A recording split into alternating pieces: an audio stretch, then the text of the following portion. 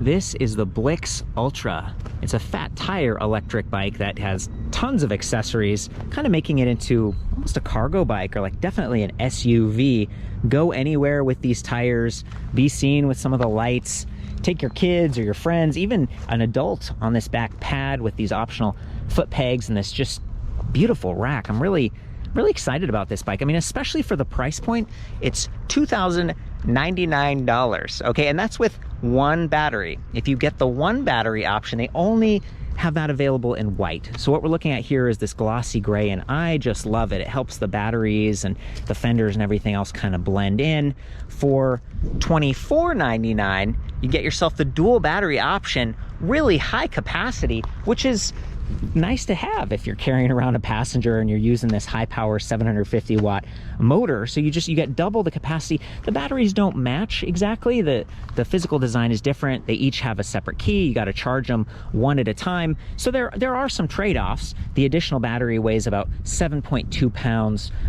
That adds to the overall weight. This is a 68-pound bike with a single battery option, and it would just come with these fenders and the suspension fork and, you know, kind of the other general hardware. You're going to have to pay extra for these pegs, this rack, this skirt guard, this pad, this little child surround, and that is going to add to the price. But that starting price point to me is just really impressive. So let's get into it. Let's talk about some of the other, just the hardware. So 135 millimeter hub spacing up front with a 9 millimeter axle, quick release skewer, pretty traditional, kind of what I'd expect to see. Coil, spring, suspension fork, and it's got preload adjust here, but it doesn't have compression, lockout, rebound. I would call this basic, and it definitely adds to the weight of the bike, but it gives you some comfort, and it gives you that off-road handling, and you know, to me, it kind of completes the look. If you look at the stem here, this is extremely short and it's kind of upright, and we even have a low-rise handlebar that's not super wide. So if this was like a kind of a higher level mountain bike that was expected to be used on trail or downhill or something, you'd have much longer handlebar. It wouldn't be quite this tight. And so what this gives you is the ability to make it through doorways much easier, or cut through cars and traffic. It's back to that sport utility vehicle. This thing is capable off-road, but it's really more of a kind of a city bike in my opinion. We got these locking ergonomic grips, love that. Friendly signal bell, hydraulic disc brakes, 2-finger adjustable reach levers from Zoom with motor inhibitors on both of them. So with that high power motor, being able to cut the power at any moment, it's a really nice safety feature, and I appreciate that a lot. Down here we've got a 180 millimeter rotor up front with dual piston calipers, kind of standard. 180 millimeter in the rear as well, and this is 190 millimeter dropout, so it's fairly wide. You need that extra space for the disc brake and the freewheel over there that we're going to talk about. And this is like a 12 millimeter threaded slotted axle, so that's like 10 millimeters that slots into the frame right there, and we've got these nuts, very standard. I wish I saw a torque arm here, because this is a high-powered planetary geared hub motor. It's rated at 750 watts nominal. I think it's like 1300 watt peak, 90 newton meters of torque. It's very powerful, and I just don't want that to chew into the frame or spin out at some point. I have seen some other companies that do have a torque arm. I think there's a little torque washer in between the nut and the frame. Probably gets the job done, but just don't let this get loose or anything. Keep an eye on that. And if you'll notice, there's a power cable right here for the motor, and I love where that's positioned. Okay, it's on the left side of the frame, so you're not creating a bunch of extra wires and clutter on the right side, and it's pretty well protected down here, and it tucks between the disc brake rotor and the frame itself, and that way it's not getting snagged. If you look at this foot peg right here, imagine that your foot slips off. You don't want to hit that wire and wreck your motor. Over here on the right hand side, you can see the shifter cable. So there's just one cable. We don't have any power cables or anything sticking out too much. And you know, yeah, it's fairly well protected from getting kicked, but it is a little bit vulnerable. So just be conscious of that if you're carrying a kid or a passenger around. This rack can support 150 pounds of weight, whether it's loaded up with a cargo basket or the longer just kind of Velcro on pad for an adult or a young adult, or this child kit, which is kind of neat. It keeps the kid from falling out. It's like almost like a little seat belt. I wish that there was a second tube here though, so they could grab onto that inner tube. As it stands, if they grab this and you pass by a wall or a tree or something, you could kind of get your fingers pinched. So that would add additional expense and weight, but I do see it on some of the other surrounds accessories for cargo bikes that are out there. Love the skirt guard. It's kind of rubberized mesh and really just high quality. All of Blix's stuff is very stylish. You'll notice that there's a pannier hanger here too, so you could clip things on without colliding with a trunk bag or a basket up top. Just so well done. And up here at the head tube, they've got this badge, but if you take it off, there's an optional front tray, and you could bolt the basket on it, and that can support up to 50 pounds. So again, 150 on the rear rack, 50 on the front rack, and up to 270 pounds for the rider. This is a diamond frame. It's high step, which tends to be sturdier, but they've got this sloped kind of angled top tube that makes it much more approachable, lower standover height, but it's a little flexy. Like when I was on there, even without this loaded, I could just feel the frame, you know, there's a little bit of flex just because there's already 2 batteries here, and we got these heavy fat tires. I don't know, I guess that's just the name of the game. You can see that they've got a gusset here to add some strength. We've kind of flared out here where it joins, and then down here there's this flat plate for mounting that battery, which might add some additional stiffness. All in all, it's working pretty well for me. I weigh about 135 pounds, so I'm not a huge guy, and I haven't really been going off-road. I've gone up some curbs and ridden around, and it's working pretty well. And I just love that it comes with those plastic fenders, giving you some coverage. And plastic is very flexible. It's not super heavy. I see steel fenders occasionally that can get scratched and start to rust. So I think they made the right choice. And I love how the support arms bolt directly to the lowers of the suspension fork. It's not like a plastic cuff that's going to dry out, crack, and eventually maybe even break off. Looking at the drivetrain here, we have a Microshift 26 with an 8-speed 11 to 32. Got some trigger shifters up here with an optical display window so you know what gear you're in. I'm always leaving it in 1 because starting out on this thing is a little bit slow. You want to give yourself as much help as you can. But that said, there is that throttle, so at any point in time, even without pedaling, you can give yourself a little bit of a boost. And I love that it has walk mode. We'll talk about that in a minute. Down here we have a 48-tooth steel chainring, and I love that they've got this aluminum alloy guide, so a plate on either side. It's going to keep that chain from bouncing out. It's also going to protect your pants or your dress or whatever from touching that greasy chain or getting snagged. And it's going to be a bash guard. So you can see down here there are cables and everything kind of extending from inside that down tube, and they're a little bit vulnerable here. I mean, you can see the fender's going to try to keep some of the dust and water from getting in there, but physically, if you hit a log or a rock or something, I'm just glad they've got this.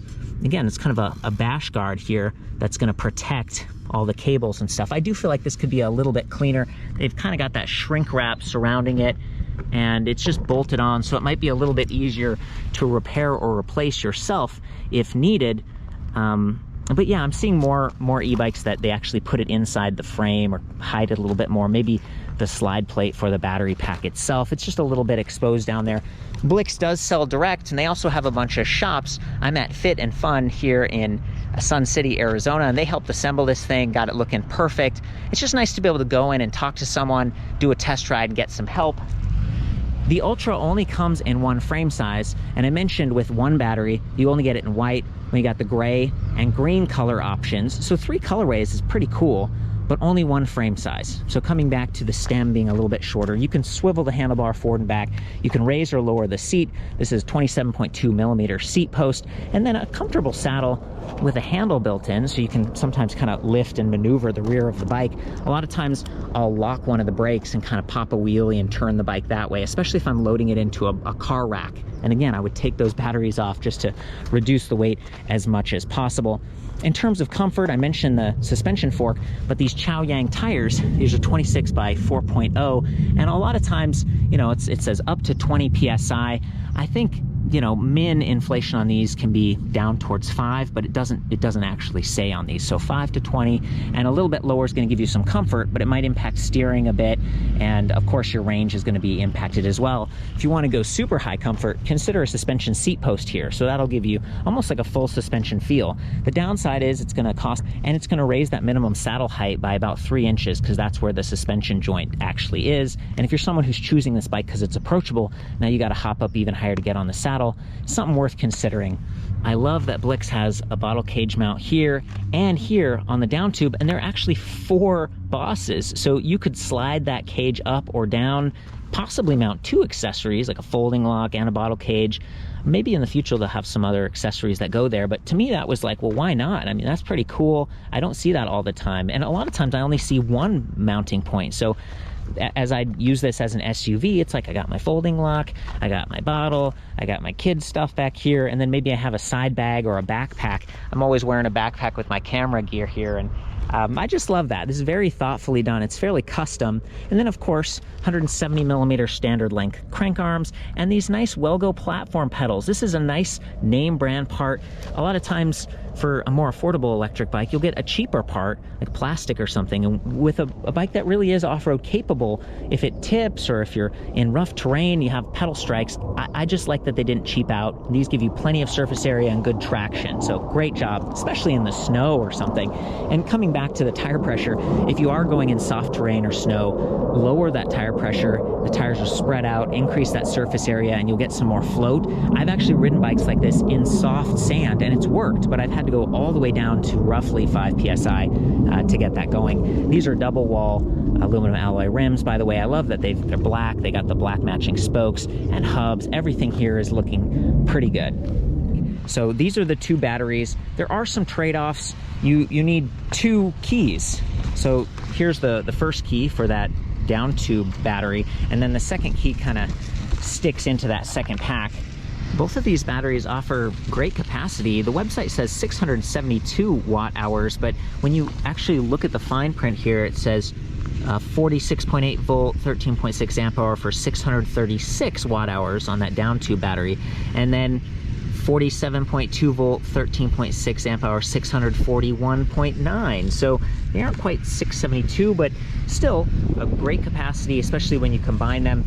Another trade-off here is that you can't charge them in series. You have to charge them in parallel, meaning like one at a time. Okay, so you can charge them off the bike. They just have this barrel plug. You can see that on both of these. And it's nice they have the on-off switches, could keep them from phantom power draw over time if you aren't using them. The charger that you get is, I think, compatible with all the other Blix bikes from this generation, and it's kind of basic. Weighs about 1.5 pounds. It's got that barrel plug. I'm trying to find the end. There it is. So it's a nice cable, but it's kind of a simple plug.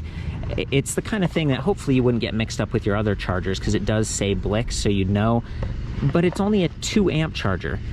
Some of the higher capacity e-bikes that I've seen from other companies, they'll offer a 4 amp charger, or even more than that, because it's going to help you charge the bike faster and then be able to get out there and ride. So when you think about this bike, you've got a slower charger, 2 high capacity batteries that you can only charge 1 at a time unless you buy 2 chargers. So that's just one of the little trade-offs I noticed. Okay, let's power this thing up. So I tried just pressing the power button here, but what you actually have to do is press power on one of these batteries. And once you do that, it sends a signal and the display lights up. There we go. It is backlit, kind of a grayscale, and we're ready to ride. I talked to the founder about this, and it sounds like you can actually use 1 battery at a time if you just turn that one on, or if you have them both on, it will drain 5% and it'll switch 5%, 5%. So it kind of tries to keep them even, but it's a lot like the charging situation where they're operating sort of 1 at a time, which is, it's kind of fine. Very few bikes actually dynamically do that or have the single plug port, and they definitely cost a lot more. So even though we got the different keys and things are, a little piecemeal, you're still getting that high capacity, and the weight is where you want it, which is what I care about the most. So this display, we're getting our current speed, that's in kilometers per hour, but we could switch it with the app to miles per hour if you wanted. And press the power button or the O button here again, we can get pedal assist level. So it shows us we get 1, 2, 3, 4, or 5 levels of assist, and it doesn't go around, so you have to kind of click all the way back down. Again, I love that the throttle is active with full power, whoa boy, even in the lowest level of assist. And I do want to mention that the kickstand is adjustable length, but we've just kind of got it short today so that this thing doesn't fall over at the shop.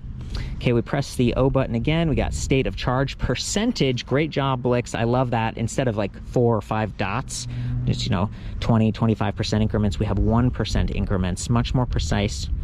Trip distance. and back to our current speed. So that's it. If you hold the up arrow for a couple seconds, turns the light on, which you can also do with the app. And this headlight, in some ways, I'm not sure how bright it is. I think they said 80 lux on their website. And it's up kind of a focused beam. It's aimable a little bit. It's on the arch of the suspension fork, so it could bounce around. It's not unsprung and mounted up here, which to me would be ideal, but then it could get crowded if you're mounting your phone. So I kind of get it. And then on the sides, it has this light blade, which is sort of faint, but I do think some of the light permeates there. So it gives you a little bit of side visibility, which is nice for a sport utility bike, especially if you get the gray one where it's just not as visible at night. We don't have reflective sidewalls or anything like that, so at least we got the reflective pedals. And then the bike does not come with a rear light by default, but if you get this rear rack, there we go. We got a light wired in. It's pretty well protected by the frame tubing here, and you know, it's fairly visible. I think it seems like it's only a one LED, so the lights seem a little bit cheaper, but they also do check the box.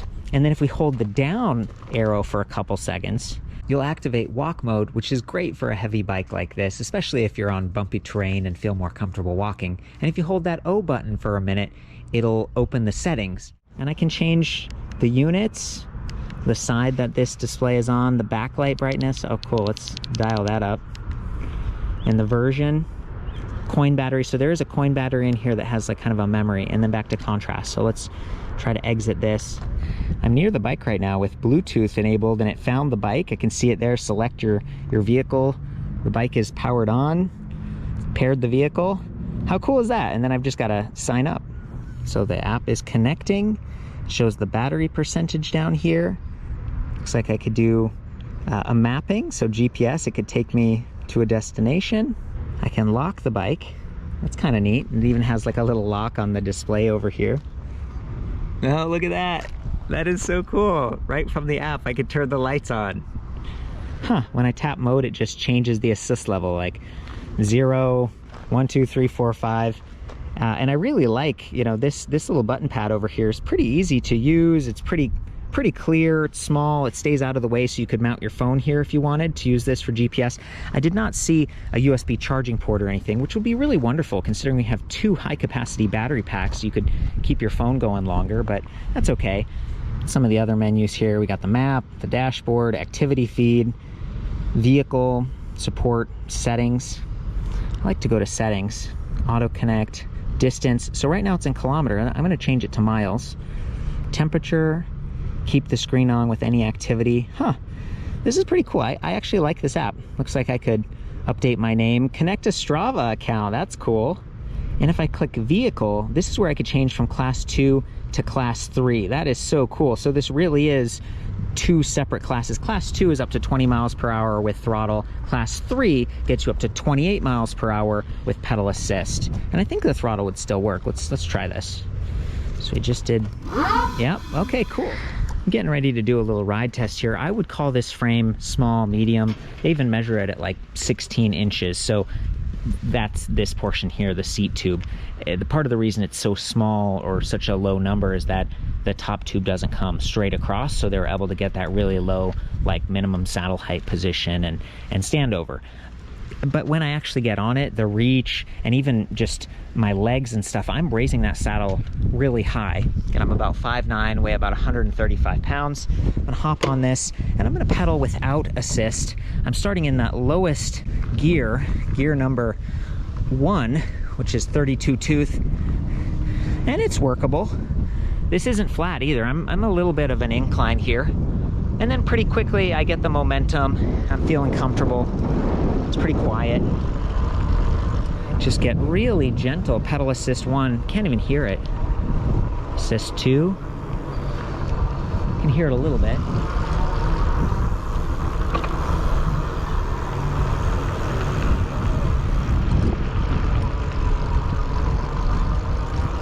And what I love is that even in these lower assist levels, at any point in time, if I need it, I can just zip and get full power.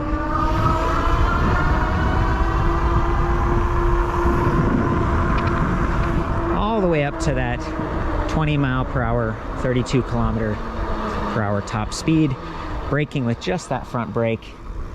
everything's working kind of as expected. Let's take it up to the highest level of assist and see how responsive it is. I'm gonna shift gears here.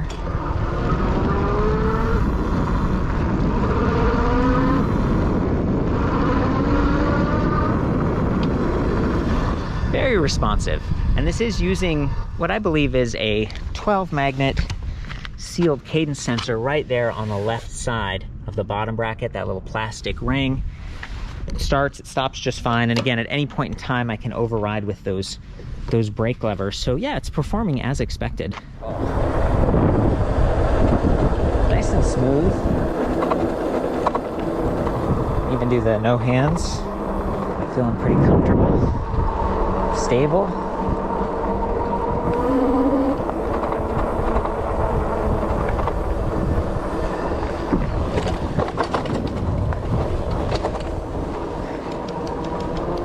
Okay, all the way up to the highest level of assist. There's our top speed. Well guys, I think that's it. That is the Blix Ultra. I'm really impressed with this thing, especially at $2,100 US with the single battery. I really haven't seen any other fat tire bikes with like cargo capability like this. It's pretty unique, and I think they did a good job. While it is off-road capable, I can just tell with like the geometry and some of the ways they set this up, like the handle and everything, that this would be a great bike for the city. I've been covering Blix for many years. Most of their other bikes are like, you know, folding bikes or kind of an elegant cruiser or city bike. They're very pretty in my opinion, and I think that carries over here. It's neat to see 3 colors. And the one frame size, I think it's workable. You just slide the saddle back if you're a little taller. You could always get a longer stem if you needed to. I've got all the specs and everything that I've measured by hand back at ElectricBikeReview.com. There's a comparison tool, so you could look at some of the other fat tire electric bikes out there on the market right now. And there's some forums, so you can sound off with which accessories you like or what you think about Blix. Again, this is a totally free review. They sent the bike to Fit and Fun in Sun City West, and they were kind enough just to assemble it and support me, so I want to give them a shout out. My goal is just to help you guys have fun out here. So I love you. Ride safe. We'll see you next time.